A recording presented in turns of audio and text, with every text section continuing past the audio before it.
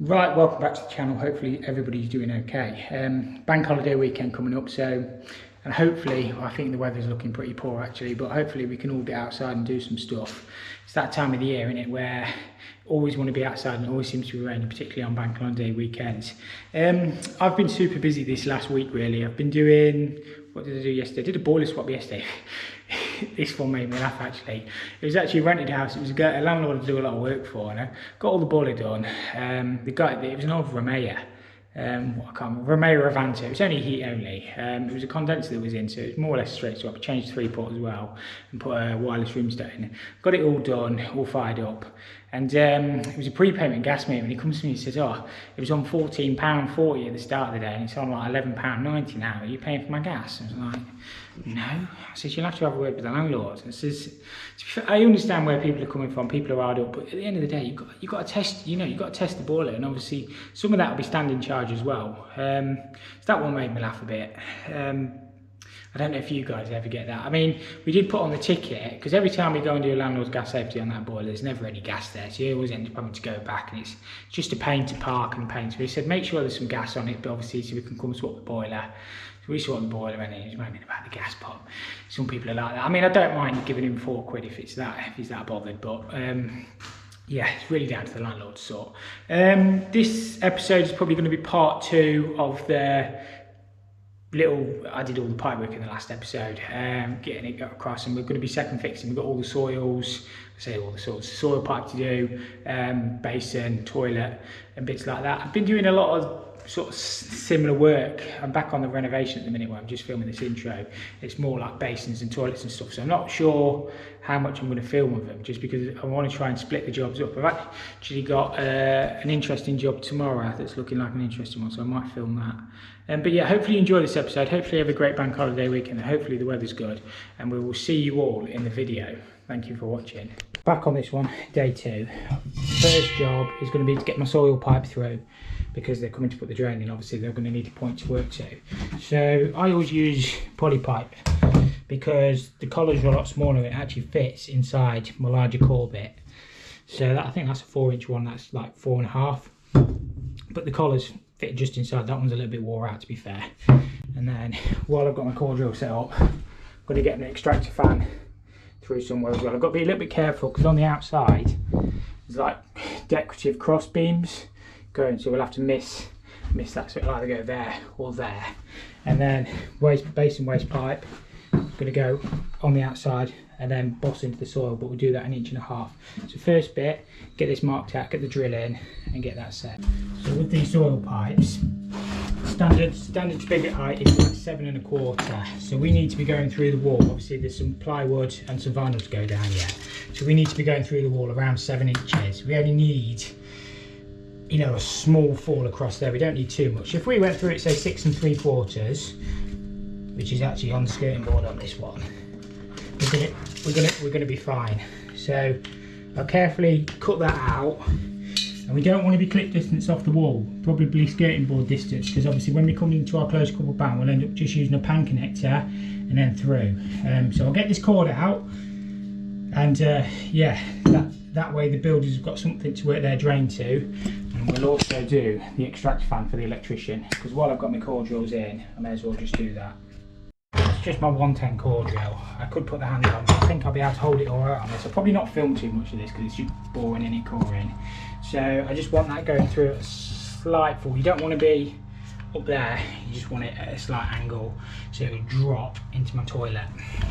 So I'll get this one called out quickly, and then I'll show you what we're going to do next. I got through the insulation and the skirting board, but I don't know what that is. That's some sort of plywood, I think. It seems to be burning its way through. I mean, it will drill it, but I've never seen like that. You'd have thought that would have been blocked. But it isn't, so I'm going to have the same problem on all the others. So once I've got through that, it's then into, when I put my pilot through, it's then into block. But it's weird. Unless they've like lined the wall out so they can get fixings for stuff. We'll just get through it. So we've got a layer of chipboard, and we've got another layer of insulation now, look. And there's also a beam there as well. Oh, got layers and layers. That's chipboard. It's weird, isn't it? Unless it's, I don't know, we'll just keep drilling, we'll eventually get through. I'll show you how quick this thing drills through the block. I've had to get through 37 layers of wood. That's a bit of an exaggeration.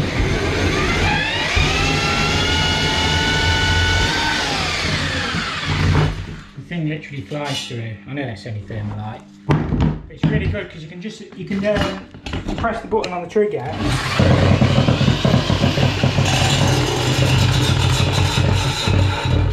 I didn't mean to press it, and it holds the trigger for you. That's a blooper, isn't it, that? So just got to get through the...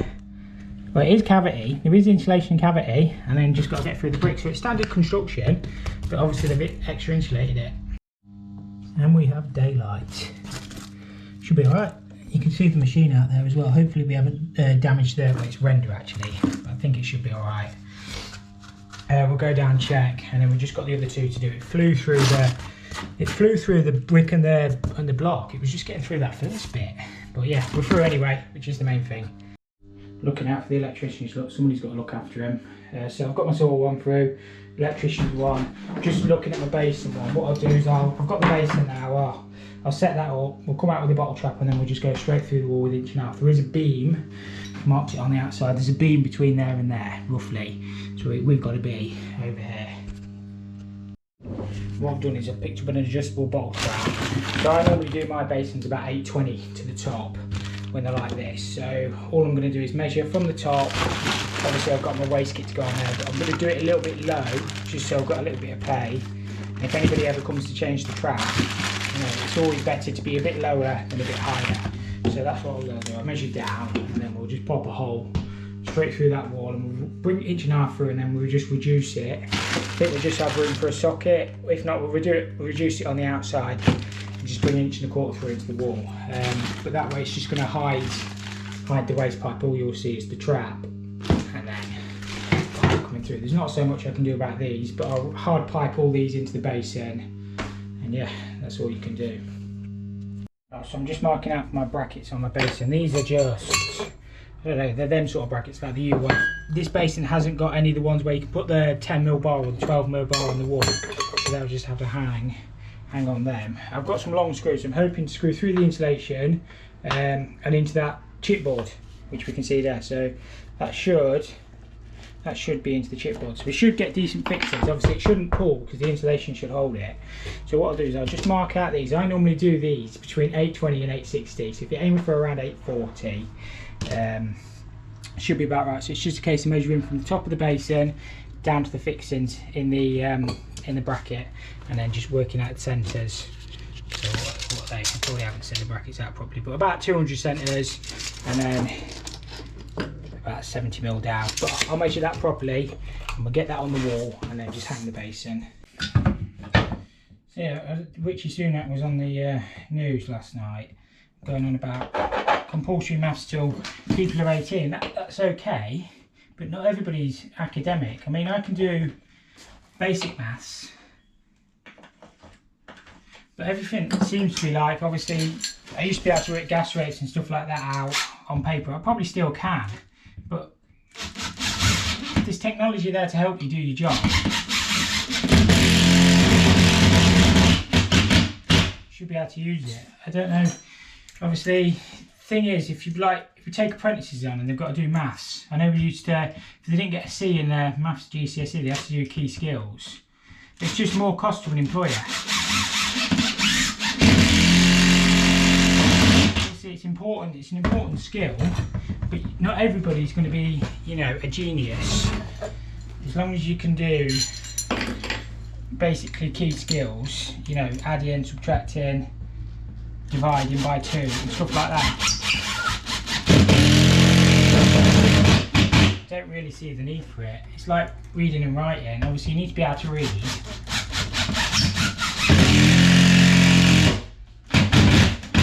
But not everybody's going to be a poet, are they? So that will just hang on there. Hang on there like that. We'll make sure that's level, and I always put them 2 screws in there as well to hold them, but it should be solid. Should be solid. They don't always sit very well, but they are tiling behind. And then obviously centre was our waste, wherever I put my trap. That'll go like that, And then obviously we've still got to put the waste kit in there. The taps we can just put in. Normally I put the taps and everything in first, but on these little basins it don't really make any difference. And yeah, we can just pipe this up then. Right, you've got to give them the old swing test as well. That is absolutely solid, that basin. You have to pull the wall off before. Some of these basins are twisted as well. But it's within tolerance. It depends where you put your level. Probably which way around you put your level as well with my level, but no, they're just twisted. They're not very well cast. But try and get your back level, and obviously you can't do much about the front. It is where it is, but I'll just put them 2 screws in there. You have got to be a little bit careful when you tighten them up, not to go too mad. But taps in, and then we'll just bend everything up. We don't use flexes, we bend everything. This one will swing around out of the way of the waste and then into the hop. Right, this is my jaw dropper.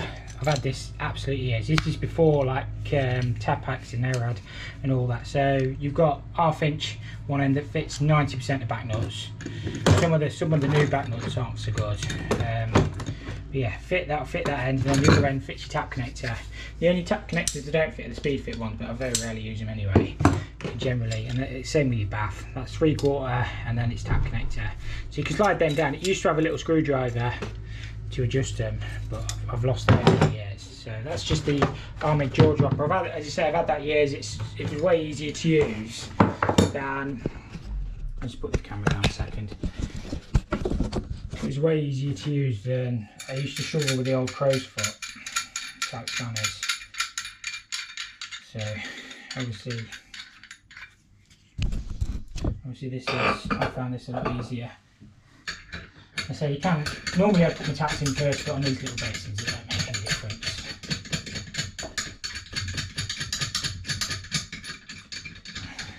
And these are good. I've always got on really well with these. I think when I bought them they were only like 29 quid.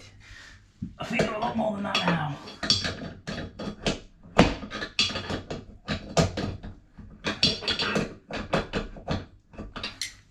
A lot more than that now.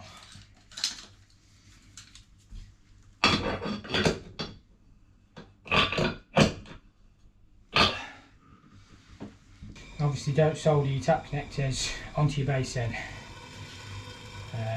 because you'll just crack your basin. Always solder them out of position. But I understand why people use flexes, because it is quicker.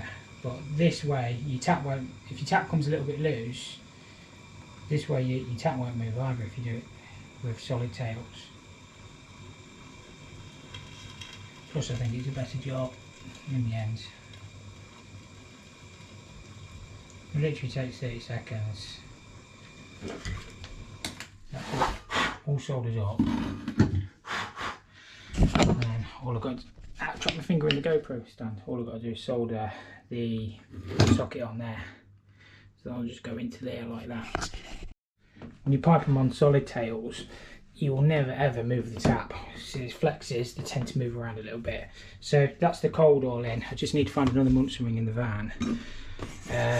Shine the pipe up a bit. It's being painted anyway, but I'd like to do a nice job. We'll just swing the hot around, keep that out of the way of the trap. So I'll just come up, elbow, elbow, and then up into there, and that's all done. This water is all live as well. So yeah, looks neat and tidy, I think anyway. Best you can do. You're never going to hide it, obviously, but you can only do your best. You need to put your fibre washer on your tap connector, and I always put a little bit of jet blue just over the top of the washer. That's how I've always done mine. That'll just tighten up. Tighten up onto there. One of the first ever videos to watch on YouTube when I was an apprentice was watching plumber parts. Obviously you used to watch the great Tom Plum, a lot better than me. I'm sure you've all heard of him. He don't post much anymore. But yeah, so watching plumber parts do something very similar to this. It was a basin. He did it over 3 or 4 parts. He did like the waste, you know, the solvent, the piping. It's just like little bits like that. It's just interesting to see how other people work. He probably got his pipe straight on like me. But yeah, it's just, I've always been interested in social, not so much social media, but just like YouTube in general. I thought I'd give it a go. And hopefully some of you guys find it interesting as well, because I always like, I obviously watch all the other YouTubers, plumbing YouTubers, you know, too many to name, but yeah, they're all very good. Everybody does things slightly differently, but it's still interesting.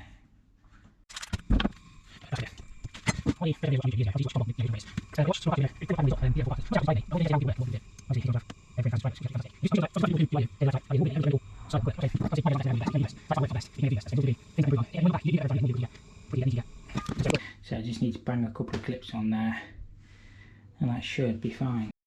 That's got that all sorted. I can actually turn the water onto these taps, but I'll probably turn them off. Can I find a... There we go, found my screwdriver. Found my screwdriver, that should be alright.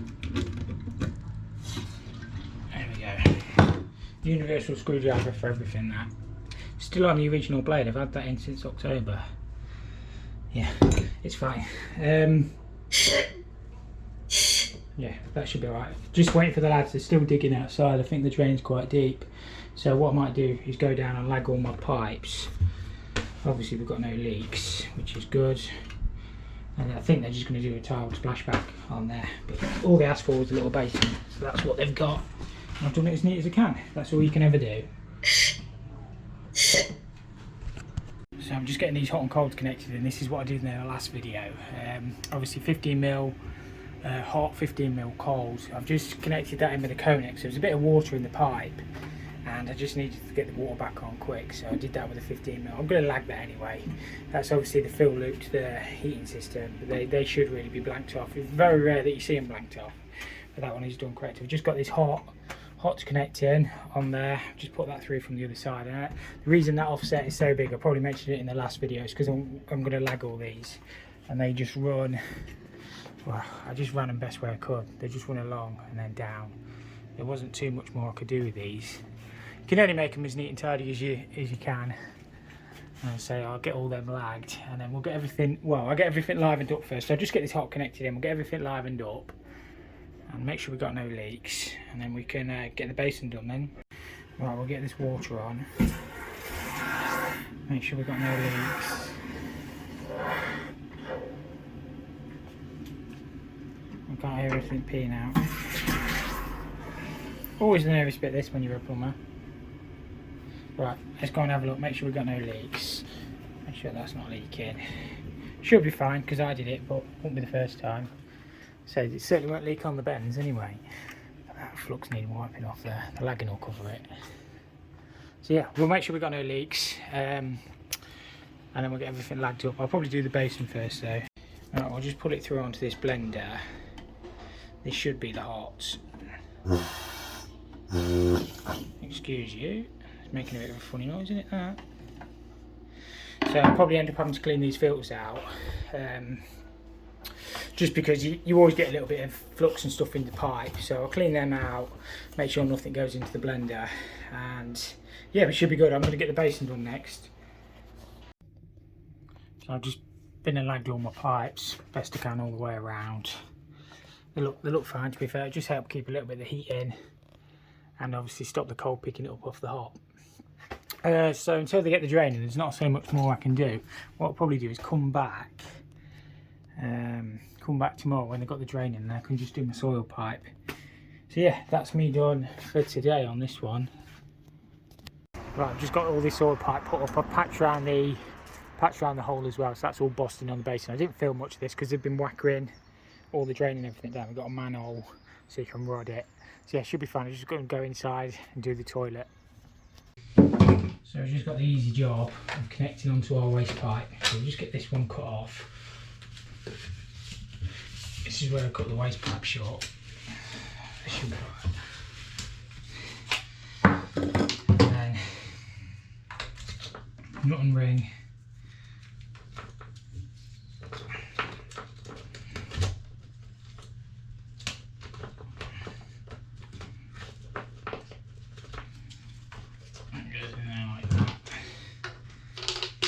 This is where an adjustable trap makes it a little bit easier. Has that gone on all the way?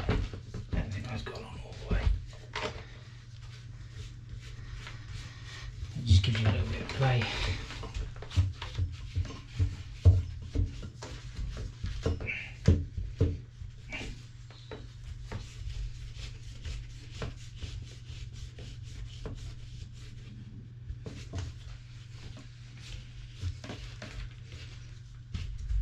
everything only needs to be hand tight on them, and then we can just test the Basin. A little bit of air in. We get the air out,